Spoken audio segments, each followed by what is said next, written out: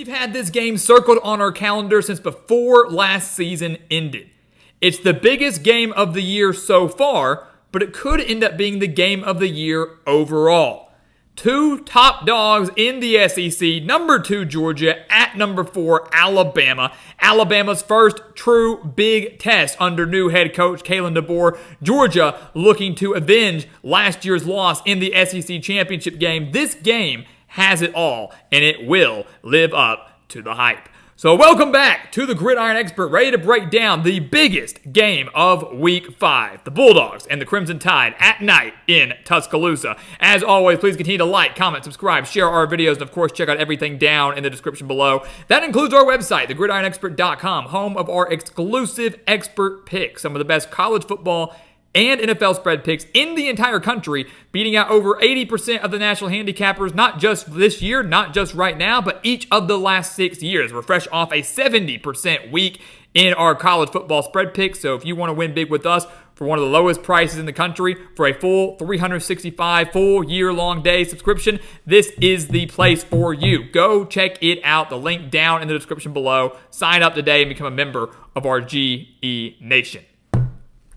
So let's do a little history on Georgia and Alabama, right? I mean, these guys are not short of history. These guys are not short of bad blood. Alabama has won 8 of the last 9 meetings against the Bulldogs, including last year's SEC championship game, a win that catapulted Alabama into the college football playoff, a win that kept Georgia out of the college football playoff, despite that being their only loss of the year, a win that prevented Georgia from possibly winning their 3rd straight national title.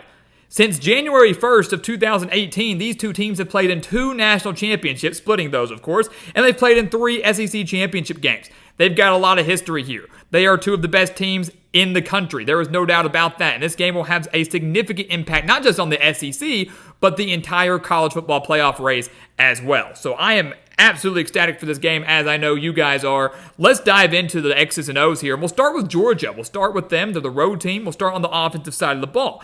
They've got one of the best quarterbacks in the country. There's no denying that. Carson Beck was phenomenal last year, and he's been great so far this year. 680 yards, 7 touchdowns, no interceptions. Georgia's averaging over 256 passing yards per game, over 400 yards per game. They're looking like a well-oiled machine. Maybe not as explosive as they want to be, but they're still looking very good. Trevor Etienne is at a running back, transferring in, of course, from Florida. No loyalty these days in college football. Dominic Lovett has been great at wide receiver, 155 yards on just 12 receptions.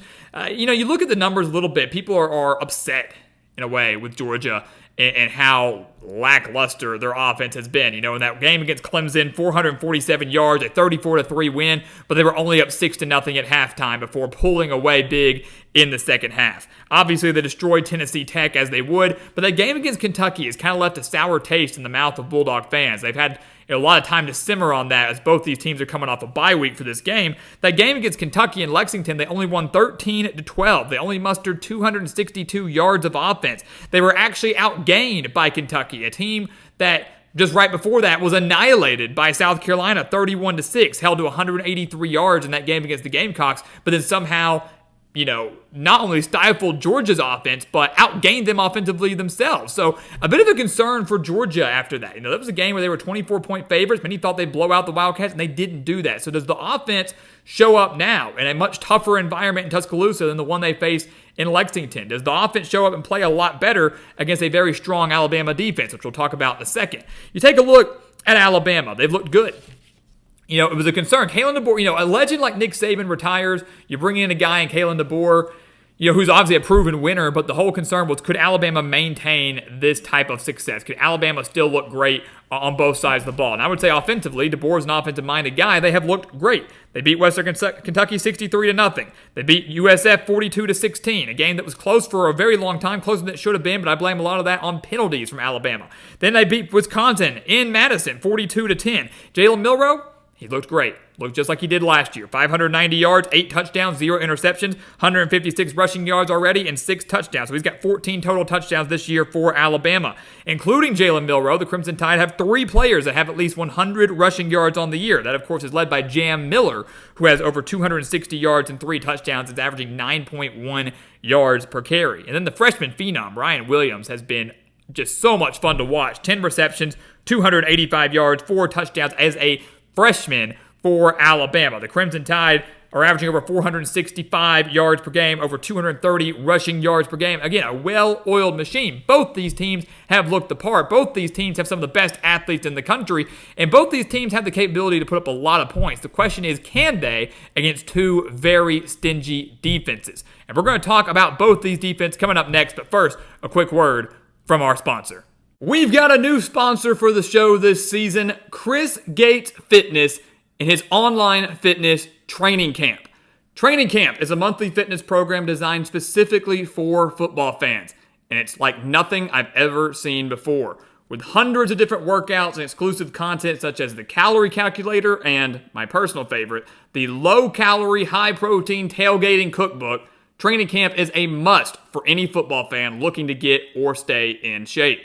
With Chris as your coach, you'll get top-notch guidance. He's been coaching people online since 2018, and like all of you watching, he's a die-hard football fan. His clients consistently get results by implementing a flexible approach to diet and exercise. So if you're interested in getting brand new workout programs every month, fitness challenges every month to push you to develop healthy habits, challenges within the Training Camp community like weekly football pick'ems, access to live Q&As where you can get direct, personalized support from Chris with your health and fitness, and the support of a community of people there to encourage you every step of the way, you need to visit chrisgatesfitness.com/Gridiron Expert, the link down in the description below. Learn more, sign up today, and use our promo code GRIDIRON to get your first month for just $10. Well, when you talk about Georgia's defense, you know one thing. It's going to be elite. It pretty much is every year under Kirby Smart, who is the best defensive mind in all of college football. This Georgia defense hasn't allowed a touchdown all year. They allowed just 3 points to Clemson, they allowed 3 points to Tennessee Tech, and they held Kentucky to 12 points, all those, of course, being field goals. So they have not allowed a team in the end zone all year. That is a concern if you are Alabama.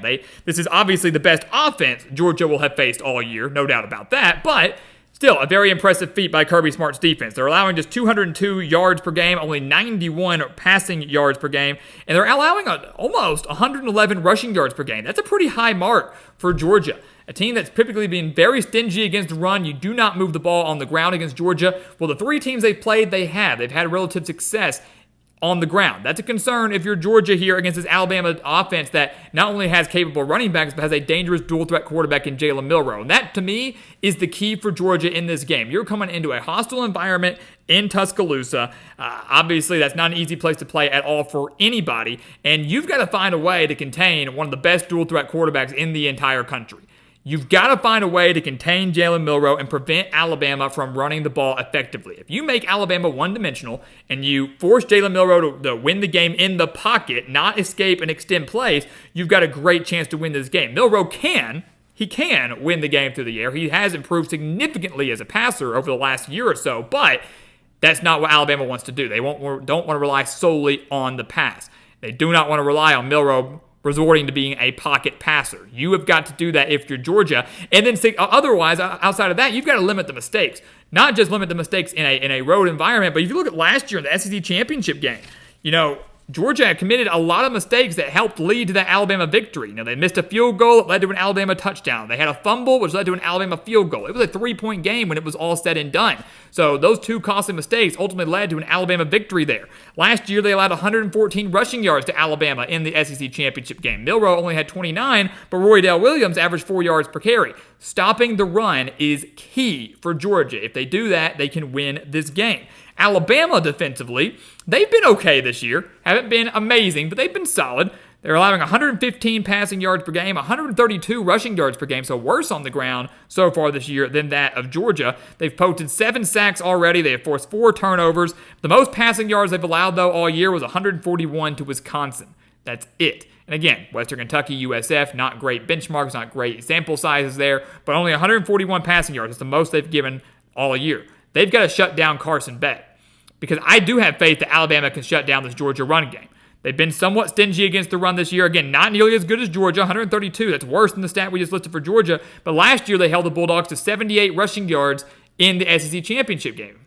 They forced Carson Beck to put the game on his shoulders to win it through the air. He was unable to do it. Put up some solid numbers, but couldn't lead them to victory. Do we really expect he's going to be able to do that now in Bryant-Denny Stadium? Do we expect he's going to be able to do that now at night in Tuscaloosa? So if you are Alabama, you know the strength of your team is your front seven. You know the strength of your team is that defensive line. We talked all preseason about how the secondary was a little bit concerning. They've looked solid so far, but they're facing the best quarterback they've seen all year. Force Georgia to run into the jaws of your defense. Force Georgia to run into your front seven.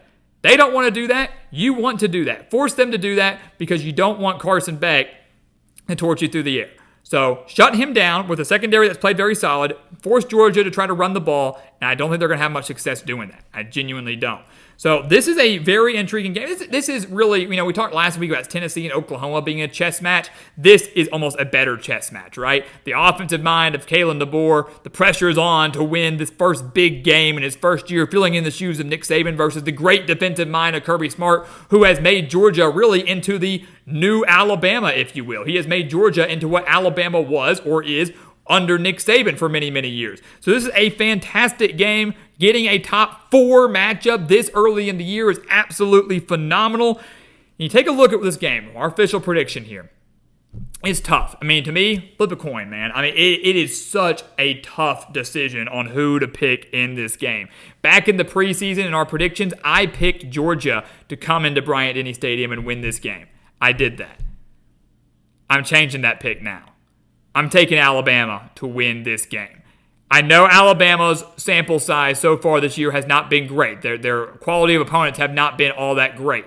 But I've been impressed in what I've seen from them in those 3 games. They've almost exceeded my expectations. They really haven't looked like they've missed a beat despite the loss of Nick Saban and a handful of other key starters. They've looked really, really good. Tuscaloosa is going to be rocking. Going to be absolutely rocking. It's going to be one of the toughest environments that Carson Beck, he was a full-time starter last year, one of the toughest environments he's faced in his young starting career. I don't think he's going to be able to handle these lights down in Tuscaloosa. Alabama's defense steps up big. Their secondary has impressed me to date. They forced Georgia to run the ball. They're unable to do it. Georgia unable to contain Jalen Milroe. He makes a lot of big plays with his legs. Alabama wins a 1-possession game that will not be decided until late in the fourth quarter, but it is Alabama that comes out with a massive victory, a statement victory for Kalen DeBoer, and puts themselves ahead of Georgia, not just in the SEC standings, but ahead of them in the college football playoff race, as the schedule is only going to get tougher for both of these teams.